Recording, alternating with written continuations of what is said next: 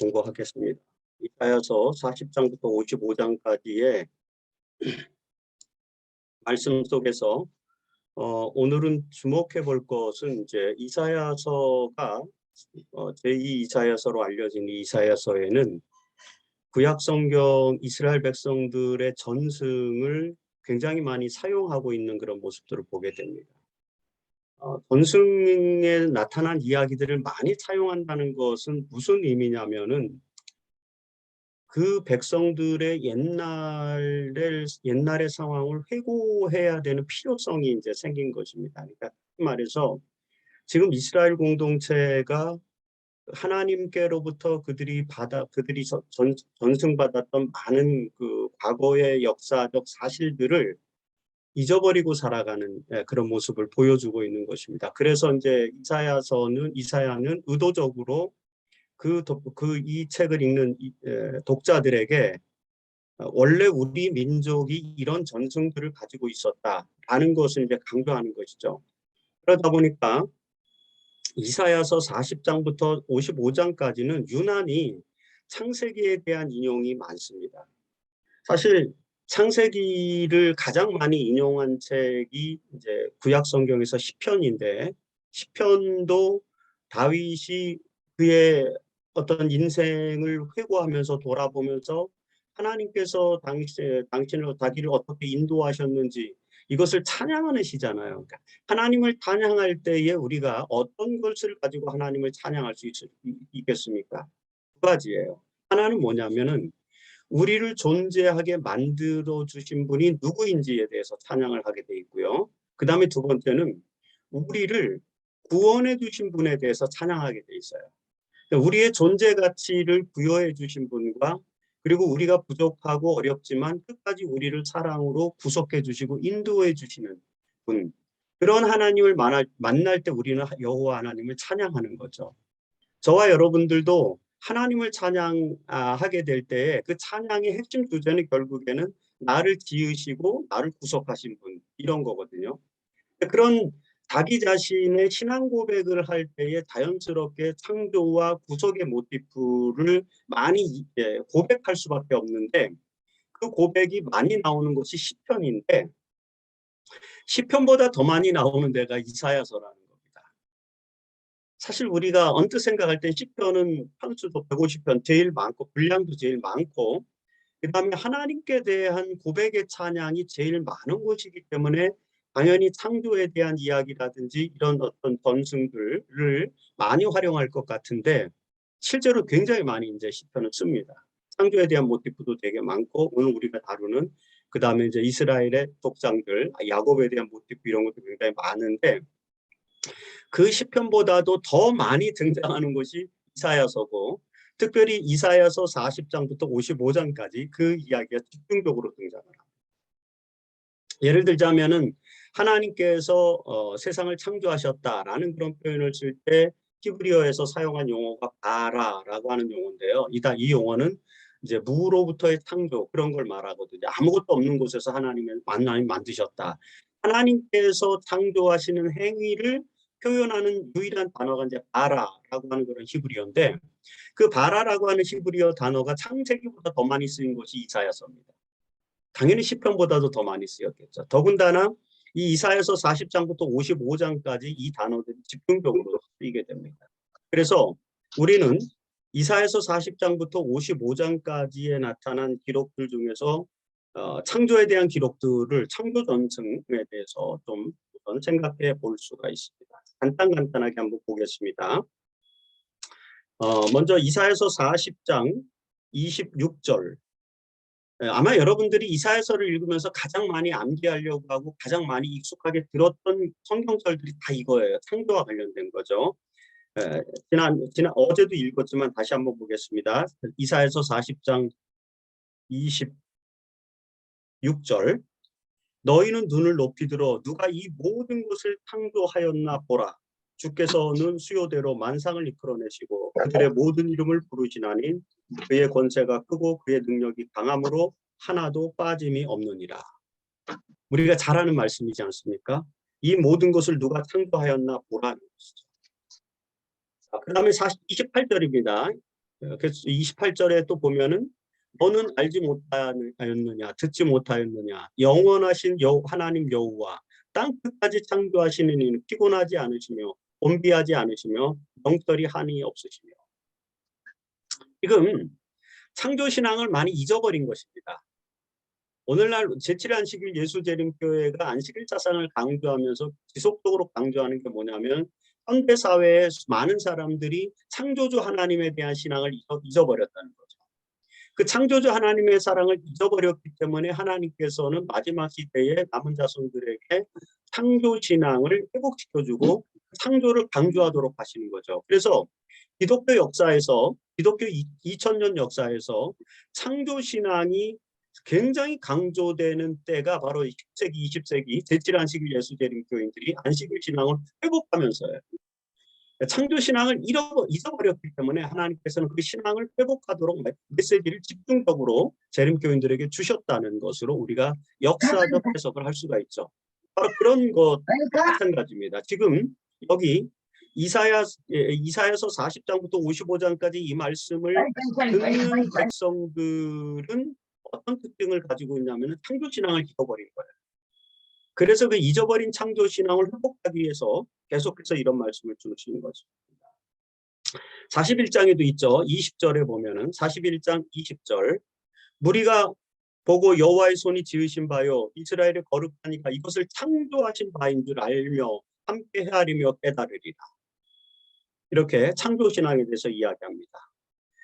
42장 5절부터 9절까지 아주 집중적으로 이 창조신앙에 대한 권승을 설명해 주고 있습니다.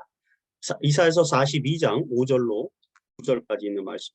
하늘을 창조하여 펴시고 땅과 그 소산을 내시며 땅 위의 백성에게 호흡을 주시며 땅 행하는 자에게 영을 주시는 하나님 여호와께 이같이 말씀하시되 창세기 1장과 2장의 창조의 모티프가 여기 다 들어있죠. 그래서 인간을 지으실 때 그 숨을 불어넣어 호흡을 불어넣어 주시니 사람이 생명이 된지라 영이 된지라 이런 말씀들이 여기 다 그대로 모티프로 녹아 있는 것입니다. 그 9절에 보면은 보라 전에 예언한 일이 이미 이루어졌느니라 이제 내가 새 일을 알리노라 그 일이 시작되기 전에라도 너에게 이르노라. 지금 이사야서 40장부터 55장까지 이 제2 이사야서에서 강조하는 내용이 뭐냐면은 과거의 일들이 성취된 것을 끄집어내서 앞으로 새 일을 행하겠다. 즉 다시 말해서 바벨론의 포로로 잡혀있던 너희들이 다시 이스라엘 예루살렘으로 돌아갈 것이다. 그래서 그곳에서 새로운 나라를 세울 것이다. 그리고 여호와 하나님께서 다스리는 정의와 공의가 실현되는 나라가 세워질 것이다. 이것이 이제 새 일이거든요.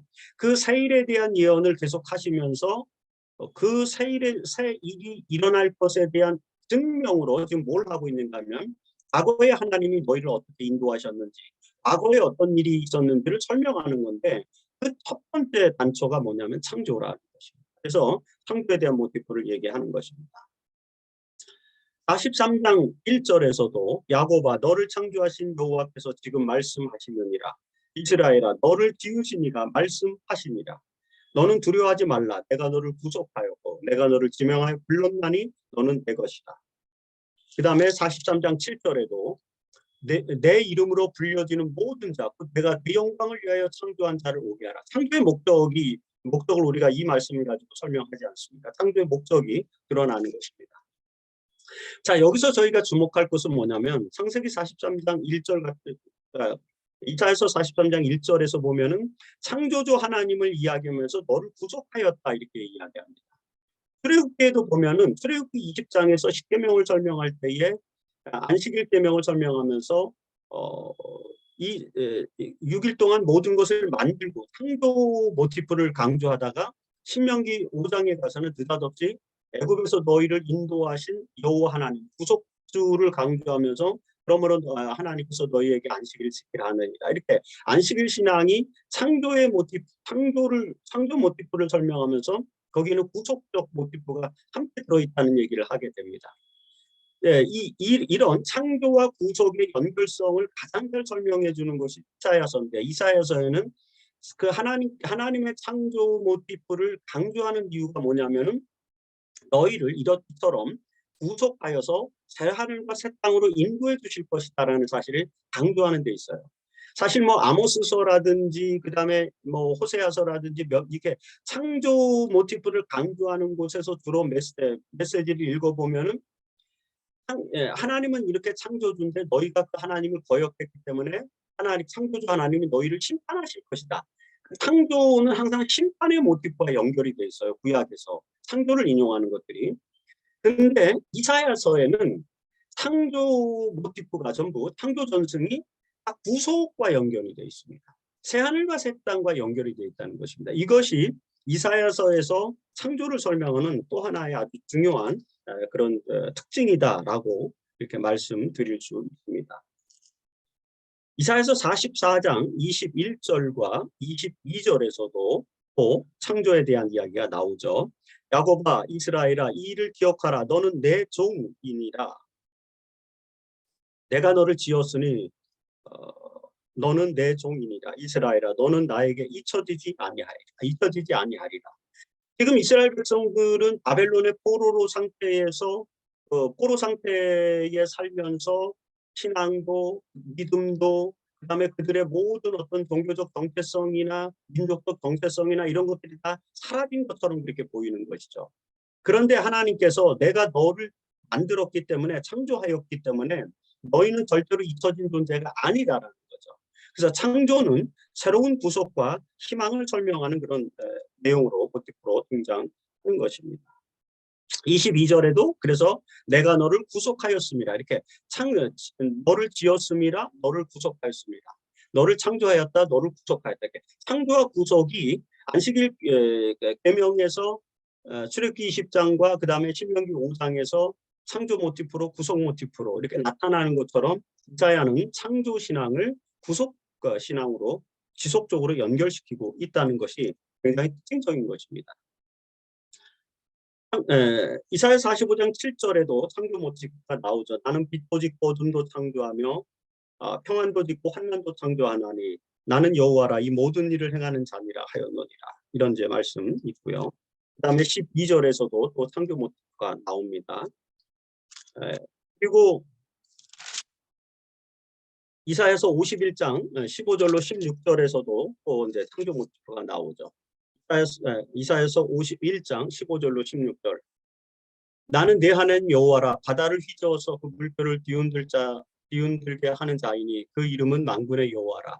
내가 내 말을 내 입에 두고 내 손 그늘로 너를 덮었나니 이는 내가 하늘을 펴며 땅의 기초를 정하며 시온에게 이르기를 너는 내 백성이라 말하기 위함이니라.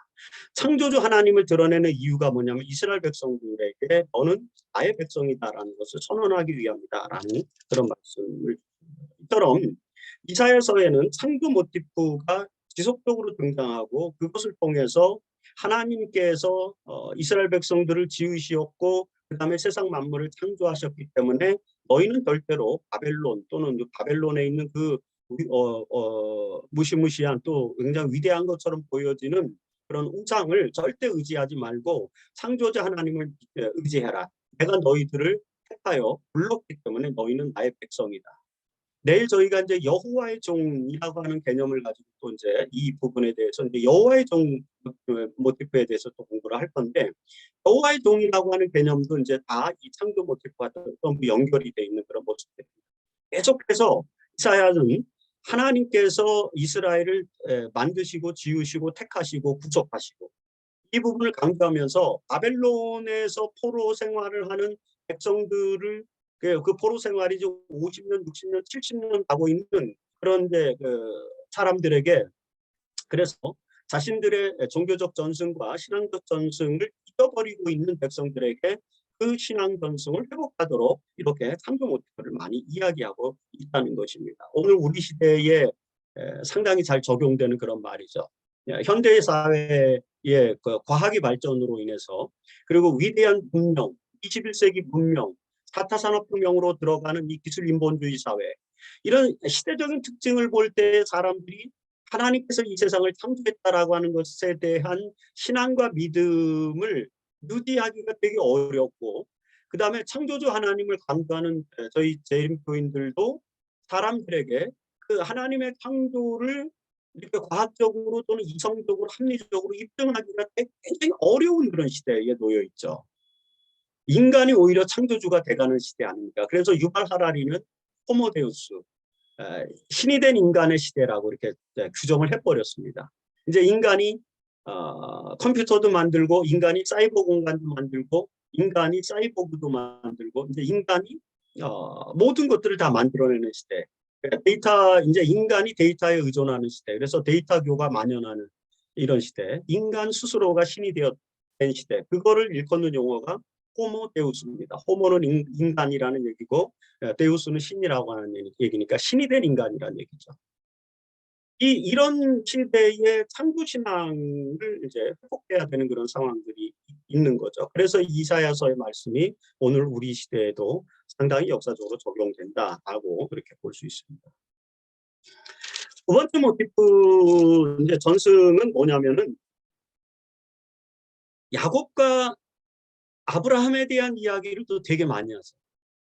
야곱과 아브라함에 대한 이야기를. 야곱이라는 단어가 물론 당연히 이제 창세기에 제일 많이 쓰였겠죠. 창세기 제가 검색을 해보니까 오늘 아침에 잠깐 일어나서 이제 검색을 해보니까 창세기에만 약 178번인가 야곱이라는 단어가 나와요. 근데 이사야서에 40번 나옵니다. 40번. 야곱이라는 이름이. 굉장히 많이 나와요.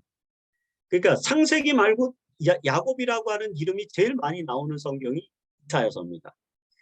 시편에도 야곱이라는 이름이 많이 나오는데 시편에는 34번 나오더라고요. 제가 오늘 검색을 해보니까. 시편에 34번. 근데 이사야는 40번이 나와요. 그 이사야가 40번이 나오는 내용 중에서도 주로 또 야곱에 대한 이야기가 어디 많이 나오냐면 40장부터 55장까지 또 집중돼서 나와요. 그래서 왜 야곱을 끌어냈을까? 그러면 뭐 상식적으로 이해할 수 있을 거예요. 이스라엘 백성들, 이스라엘이라는 이름이 어디서 나왔어요? 야곱이라는 이름에서 나온 거잖아요. 야곱의 이름이 이스라엘이고. 그래서 거기서부터 이스라엘 백성들이 나왔으니까 야곱은 이스라엘이라고 하는 명명의 상징인 거죠. 그래서 사실 여기서 야곱아, 이스라엘아 이런 표현들이 계속 반복해서 나오는데 이스라엘 백성들을 이제 지칭하는 용어로 나오는데 그것을 창세기에 있는 야곱 진앙을 끌고 와서 이야기하는 것입니다. 우선 잠깐 살펴보면은 이사야서 40장 27절에 야곱아 어찌하여 내가 말하며 이스라엘아 내가 이르기를 내 깊은 여호와께 숨겨졌으며 내 송사는 내 하나님에게서 벗어난다 하느냐. 야곱과 이스라엘아 결국은 동의어를 지금 설명하는 거죠. 야곱과 이스라엘은 같은 이름이 한 사람의 이름이었고 그 다음에 그 한 사람의 이름으로 이스라엘 백성이라고 하는 이제 백성이 만들어졌는데 이스라엘 백성들은 야곱의 12 아들들로 이루어지는 족당태제 그에서 형성된 것입니다. 그러니까 야곱은 곧 이스라엘이다. 이런 이제 연결점을 보여주는 거죠. 41장 8절에서도 나의 종도 이스라엘이라 내가 택한 야곱아 그리고 나의 곧 아브라함의 자손 아브라함까지 등장하는 거죠. 아브라함 근데 이삭은 등장하지 않아요. 아브라함 그 다음에 야곱. 야곱이 등장하는 이유는 이스라엘 백성들이라고 하는 집단성을 지칭하는 그런 의미로 이제 우리가 해석을 하면 됩니다. 왜 야곱인가? 여러분 야곱은 어떤 사람이었습니까? 그 지난기 안격교과에서 야곱에 대해서 많이 배우셨잖아요. 야곱은 사실 굉장히 교활한 자였고 악삭빠른 자였고 좀 가벼운 사람이었죠. 죄가 좀 많았죠. 그래서 회개할 것도 굉장히 많았고 야복 강가에서 천사와 씨름함으로써 그의 죄가 용서함 받을 수밖에 없는 상황. 그리고 그 이후로도 계속해서 그가 족장으로서 그가 이제 아버지로서 행하는 그런 모습들 속에서 야곱이 행한 일들 중에서 우리가 좀 부당한 내용들을 많이 보게 됩니다. 사실 야곱은 그 이름에 비해서 굉장히 어떤 존재예요. 부족한 존재입니다. 연약한 존재. 그래서 하나님께서 그 이름을 내가 이제 형의 다리를 잡고 나온 자, 이제 속이는 자 이런 뜻을 가지고 있는 이 야곱의 이름을 바꿔주잖아요. 이스라엘로. 바꿔줬어요. 하지만 야곱이라고 하는 이름 속에 들어있는 그 연약함, 그래서 뭐 지금 이사야에서 말하는데 버러지 같은 존재, 뭐 이런 벌레 같은 존재, 그런 존재가 야곱이었죠. 이스라엘이 그런 상태라는 것입니다. 바벨론의 포로로 잡혀 있는 이스라엘의 상태가 그렇게 좀 영예스러운 상태는 절대 아니에요. 굉장히 부족한 상태고 정말 벌레 같은 존재일 수도 있고 그다음 멸시받고 핍박하는 존재일 수 있고 또 그들 스스로가 하나님의 뜻을 어기고 많은 죄를 범했어요. 그래서 하나님의 경고, 이사야서 1장부터 39장까지 계속해서 경고를 하는데도 불구하고 그 경고를 무시하고 우리는 번영하고 있고 평화로우니까 우리에겐 그런 재앙이 미치지 않을 것이다 라고 이렇게 교만하고 자만했던, 그게 이제 이스라엘의 모습 아닙니까? 결국에는 바벨론의 포로로 잡혀간 거죠. 그런 이스라엘 백성들의 상태와 처지를 지금 설명하는 것인데, 그런데 놀랍게도 하나님은 그런 야곱을 이스라엘로 하나님의 종, 하나님의 백성으로 부르시고 있다는 것입니다. 계속해서 인정해 주시고 있다. 오늘 우리가 완전한 상태가 아니지만 하나님께서 여전히 우리를 당신의 종으로 그리고 당신의 백성으로 부르시는 것과 동일한 모습인 거죠. 그래서 이사야는 야곱 전승을 계속 이야기하면서 이 이스라엘 백성들이 너희가 야곱처럼 그런 비참한 상태, 비천한 상태, 그 다음에 교활한 상태 있을지라도 그 모습 그대로 하나님께서 너희를 이스라엘로 보고 계시다라는 것을 강조함으로써 포로기에 있는 이 백성들의 불안함을 위로해주는, 그래서 그들에게 소망을 주기 위해서 야곱을 끌어들이는 그런 것입니다. 야곱이 뭐 위대한 사람이기 때문에 야곱을 끌어들이는 게 아니라 야곱이 하나의 메타포, 이제 이 은유가 된 거예요. 그래서 계속해서 그 말씀을 이제 하시는 것입니다. 야곱에 대한 41장 14절에도 야곱, 41장 21절에도 또 야곱이라고 하는 이름이 계속해서 등장합니다. 그 다음에 43장 1절에서도 야곱아 너를 상주하신다. 우리가 읽었던 야곱이 등장하고, 44장 1절에서도 나의 종 야곱, 내가 택한 이스라엘아 이제 들으라. 계속해서 야곱으로 부르지만 너희들은 야곱이 아니라 이스라엘이다 라는 것을 계속 강조하는 것이죠. 야곱에 대한 46장 3절에도 야곱의 집이요 이스라엘 집에 남은 모든 자여 내게 들을지어다. 이렇게 해서 야곱에 대한 이야기를, 48장 1절에서도 야곱의 집이요 이를 들을지어다. 그 다음에 48장 12절에서도 야곱아 내가 부른 이스라엘아 내가 들으라. 나는 그니 나는 처음이요 또 나는 마지막.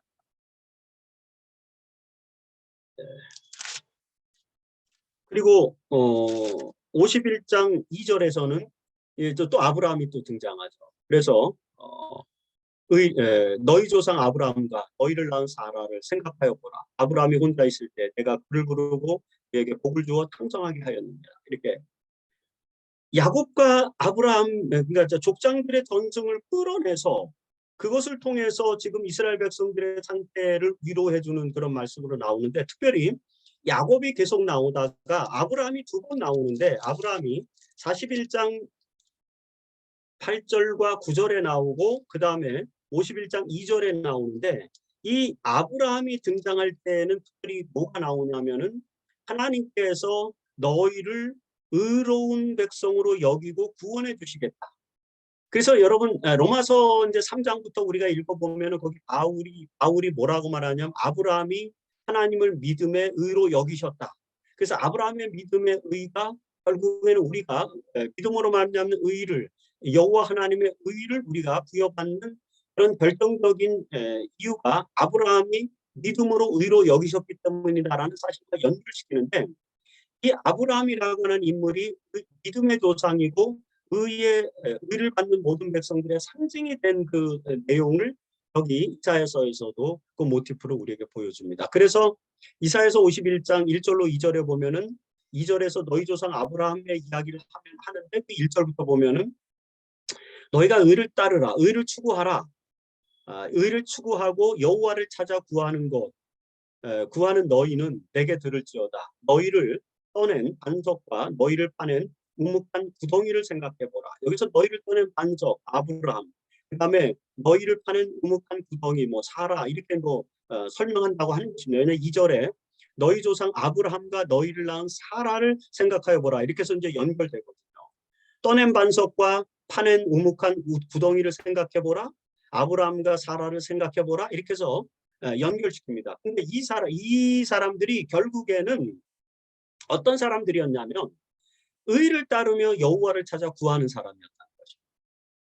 그래서 아브라함이 믿음으로 말미암아 의를 얻게 되었다라고 하는 것을 설명하면서 이스라엘 백성들 너희가 결국에는 하나님께로부터 구속함을 받는 것은 그 믿음, 그런 믿음, 의를 추구하며, 여기서 의는 이제 우리가 정의와 공의를 말할 수 있는 것입니다. 그런 정의와 공의를 추구하며 여호와를 찾아 구하는 그런 사람들에게 이렇게 아브라함의 축복이 주어지게 될 것이다 라고 말하는 것입니다. 이사야서 45장 25절에도 보면은, 이사야서 45장 25절에도 보면은 이스라엘 자손은 다 여호와로 말미암아 의롭다함을 얻고 자랑하리라 하였느니라. 그러니까 우리가 의롭다함을 얻은 것은 여호와로 말미암은 것이다라고 이제 설명하죠. 바벨론의 포로로 잡혀 있는 이스라엘 백성들은 절대로 의로운 백성들이 아니에요. 야곱과 같이 비열한 자입니다. 벌레와 같은 그런 상태예요. 하지만 그런 상태로부터 구속을 하나님께서는 그들을 의롭다 하시고 자랑하는데, 왜냐하면 결국엔 다 여호와로 말미암은 것이다. 여호와 하나님께서 그렇게 계획하시고 설계해 주셨다라는 것을 지금 설명하는 거죠. 이처럼 독장들의 전승을 끌고 와서, 야곱과 아브라함이라고 하는 전승을 끌고 와서 이스라엘 백성들이 하나님께로부터 그들의 상태는 비천할지라도 하나님은 그들을 여전히 당신의 종으로 이제 받아들이셨다라는 걸 설명하는 것입니다. 이 여호와의 종이 결국에는 이제 메시아로 끝까지 연결되는 내용은 내일 저희가 함께 살펴보도록 하겠습니다. 그리고 마지막으로 세 번째 전승이 등장하는데 그게 뭐냐면은 바로 이제 출애굽에 대한 전승입니다.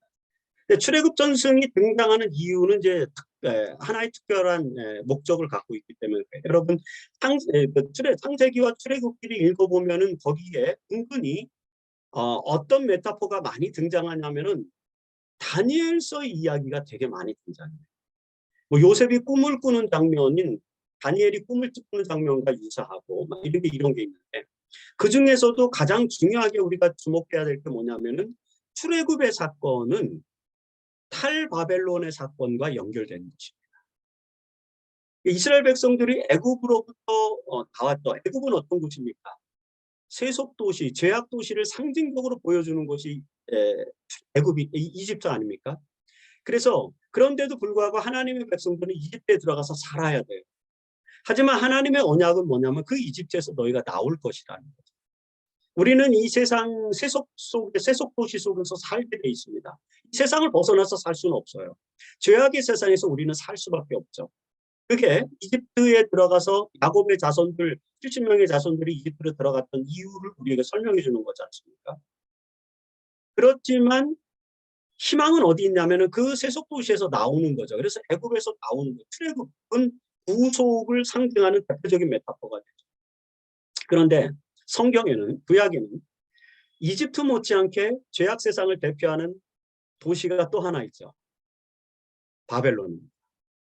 바벨론은 이제 이집트는 세속 도시를 상징한다면 바벨론은 뭘 상징합니까? 사단의 왕국을 상징하죠. 그래서 바벨론에서 나오라. 바벨론, 마지막 시대에 하나님의 백성들과 구별되는 그런 세상 나라, 세상의 왕국, 사단의 통치가 실현되는 나라, 그게 바벨론이잖아요. 혼잡한 나라. 그 바벨론, 그래서 이집트와 바벨론은 구약에서 죄악 세상을 상징하는 두 개의 메타포입니다. 굉장히 중요한 거죠. 그러니까 지금 이스라엘 백성들은 어디에 있냐면 바벨론에 있는 거예요. 그러니까 당연히 바벨론에서 나올 것이라는 그런 희망의 메시지를 줘야 되니까 어떤 모티프가 가장 잘 어울리겠습니까? 출애굽이죠. 그래서 이 이사야서 40장부터 55장까지 또 하나의 전승이 등장하는데, 그게 무슨 전승이냐면은 출애굽 전승이라고 하는 것입니다. 자, 가장 대표적으로 우리가 그 출애굽 전승을 보여주는 것이 이사야서 43장 14절로 19절에 있는 말씀입니다. 그 전때 말씀이 이제 그런 내용이 들어 있습니다. 이사야서 43장 14절로 19절. 너희의 구속자여 이스라엘의 거룩하니 여호와가 말하노라.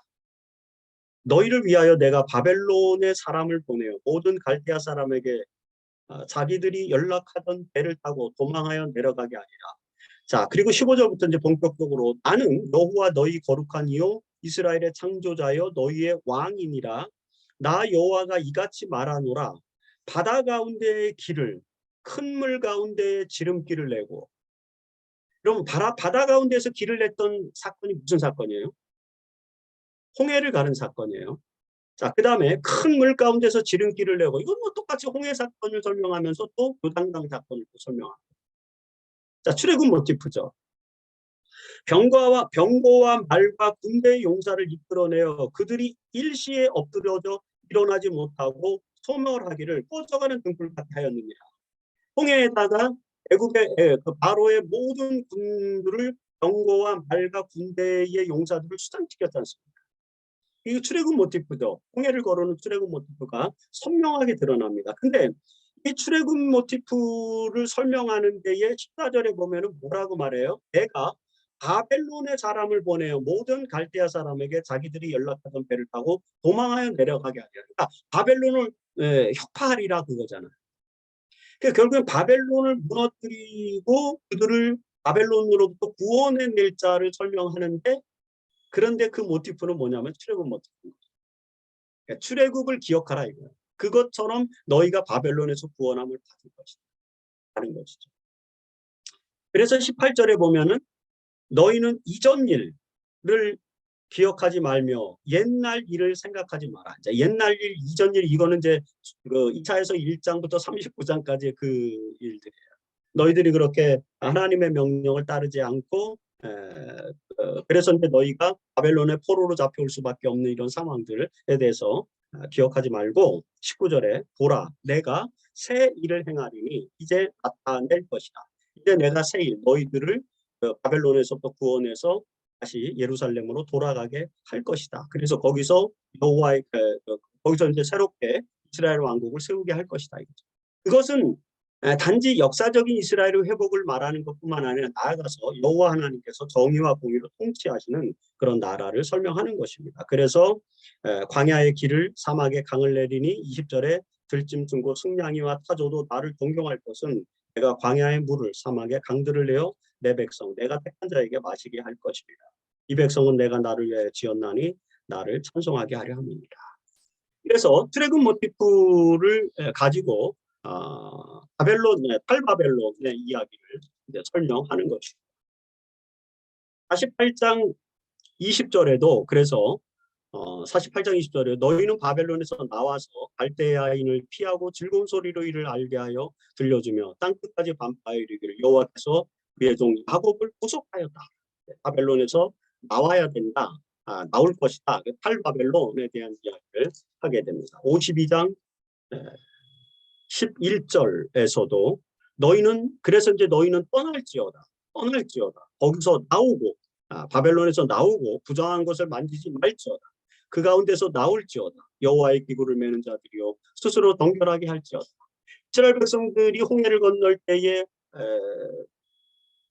그 요단강을 건널 때 그들이 법궤를 앞세워서 이제 요단강을 건너고, 그 다음에 홍해를 건널 때 현대 제사장들을 앞세워서 홍해를 건너고, 이런 모습들을 설명하면서 이제 하나님이 중심이 돼서 이스라엘 백성들을 바벨론에서 건져낼 것이다라는 그런 소망의 말씀을 주시는 것입니다. 근데 이런 말씀들을 위해서 창조 전승, 그 다음에 이제 독당 전승, 그리고 퇴국 전승, 이런 이야기를 끌고 들어와서 결국에는 바벨론으로부터 이스라엘 백성들을 구원할 것에 대한 놀라운 약속의 말씀을 주고 계시는 것이죠. 오늘 우리도 이 세상에서 살면서 이 세상으로부터 구원함을 받아서 여호와 하나님께서 통치하시는 나라에서 사는 그런 하나님의 종, 거룩한 백성으로 살기 위해서는 바로 이런 창조신앙, 그 다음에 아브라함과 이삭과 야곱의 하나님께서 우리에게 약속하신 의의 약속, 그리고 애굽으로부터 구원하시고 바벨론으로부터 구원하시는 하나님의 구원의 약속, 이런 것들을 저희들이 생각하면서 살게 되면은 희망 있는 삶을 살 수 있다라는 말씀을 드리면서 오늘 또 말씀을